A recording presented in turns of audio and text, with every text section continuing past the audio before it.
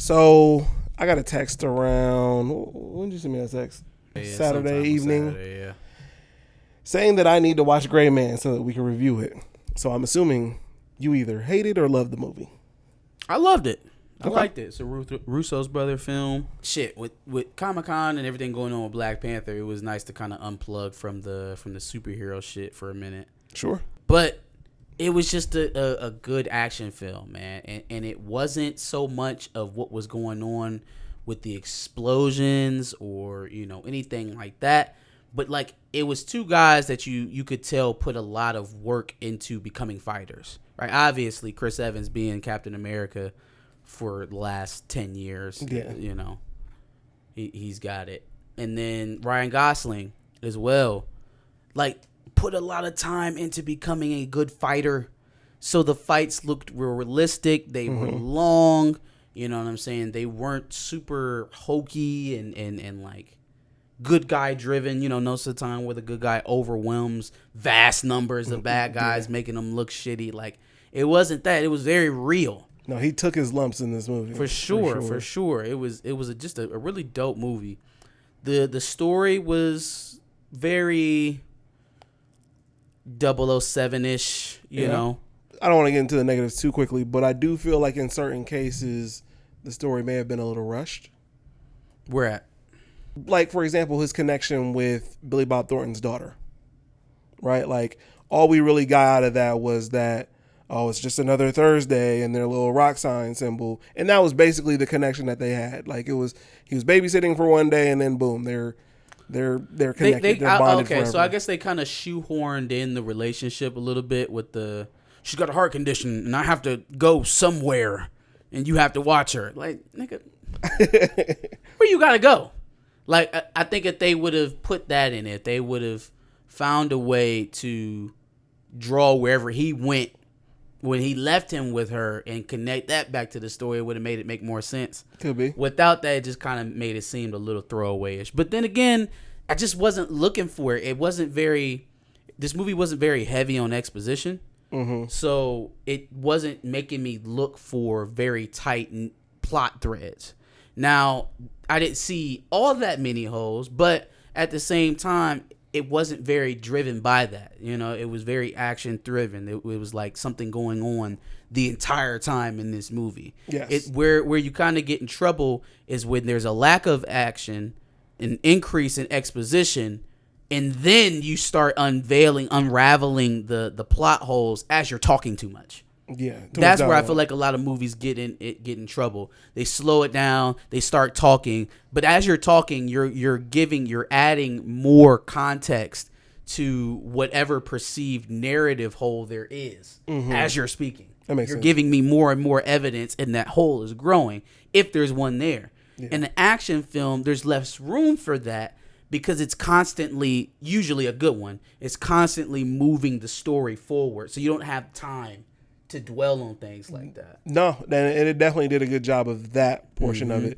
Really like Chris Evans' character, a almost borderline psychopathic villain who was bent on making sure that he completed his task by any means. He was really good at that, and obviously coming from being the superhero, it was nice to see him be the super villain, I guess, in this case. Very The Boys-ish in his like his charming villain ways. Like, it's almost a guy that like you would want to have in your group if you're getting ready into a bar fight to a certain degree. Yeah. Now, one thing I'll say about Gosling's acting, he does this like dead stare thing when he's trying to be a serious character, and it's popped up in multiple films that I've seen him in that I liked. So like he's done it in this film, he's done it in Blade Runner 2049, and then also a little bit in La La Land, where like he's trying to be, he does this like it's like dead face stare shit, and it's like when he's trying to be serious, you can tell because he's always making that fucking face. Yeah,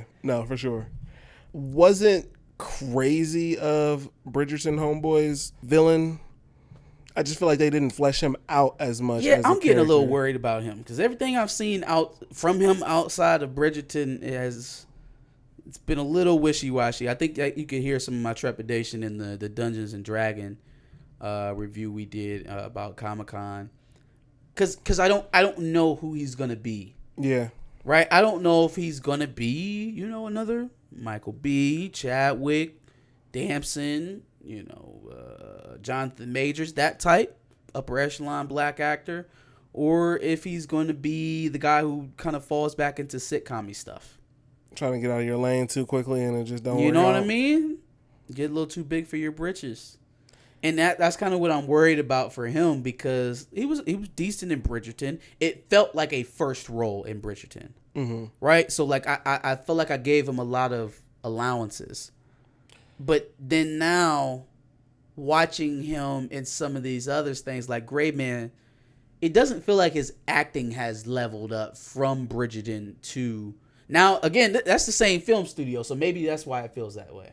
It's Netflix on both ends. Yeah. So I'll reserve my judgment on that for him on Dungeons and Dragons and see how he comes through on that. But I also feel like they just didn't give the character all that much. Like, there was the interrogation room with Homegirl. He was gone for a long time. Yeah.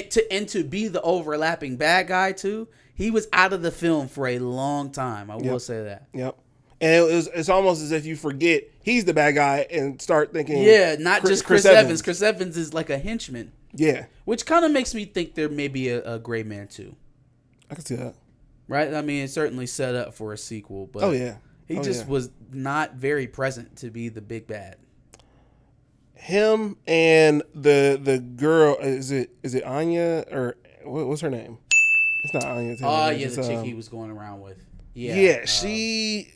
I mean, good sidekick or whatever, but it almost seemed like she was only there to literally save him when needed. Well, see, I actually liked her character. And the reason why I liked her character is because they found a way to make her a strong fighter without her overpowering males in a very unrealistic way. Yeah. Right? Like, even as she's... One scene that I can think about specifically when she's fighting the baddest of all the assassins that's coming after him, the guy in the suit, the Indian guy. All right, we gotta talk about him too. But when they it gets a little wonky. But when they're fighting, right, they're both obviously well trained fighters. But there are moments in there where she is physically overwhelmed. Doesn't mean she can't fight. Doesn't mean she's a weakling. Mm-hmm. It just literally means that the move he's gonna do to you right now may not break your guard, but it's going to cause you to tumble back because he's 200 pounds and you're 120. Yeah. Yep. Physics. Yeah. Right? Literally. So like they didn't have to show her Superman punching a guy unconscious for me to see, oh damn, no, she's a badass. Like, she's a badass woman.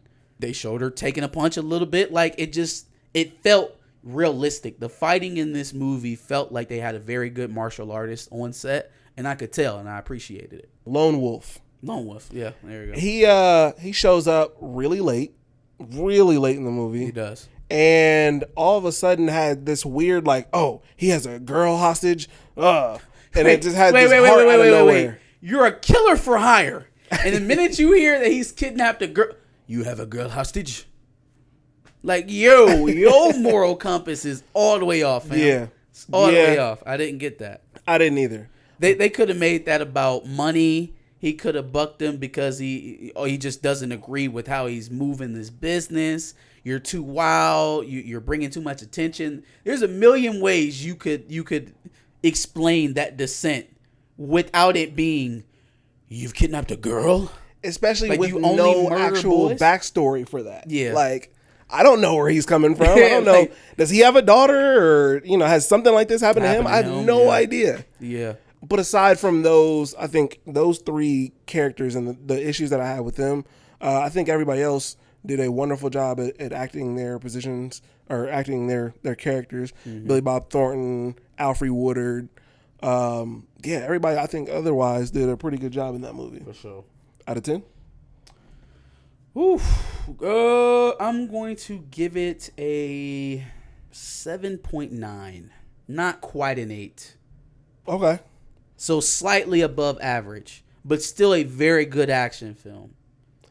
If you're looking for just straight up action comedy, I'm gonna tell you that. Well, it wasn't even that. They found ways to have humorous moments without shoehorning it in and then taking away from the entire moment in the film. Taika. So I wouldn't necessarily call it an action comedy. I'll call it an action movie with some comedy. I agree. 7.9. 7.9. Okay. Go into this movie getting action and good action at that. Yeah. But I probably wouldn't go into it expecting, the most intricate and complex plot and such super great writing or anything like that. Just go into it expecting a solid action movie. Yep. And I don't think you'll be disappointed. I'll give it a 7 out of 10. For sure. Give us your thoughts of Gray Man in the comments below. Let us know what you thought about it. Make sure you like, share, and subscribe, and come back for more movie reviews. Yeah, and make sure you check out our previous movie reviews that we've done, and make sure you subscribe for more, because when we see a movie that we like, we'll make sure to review it.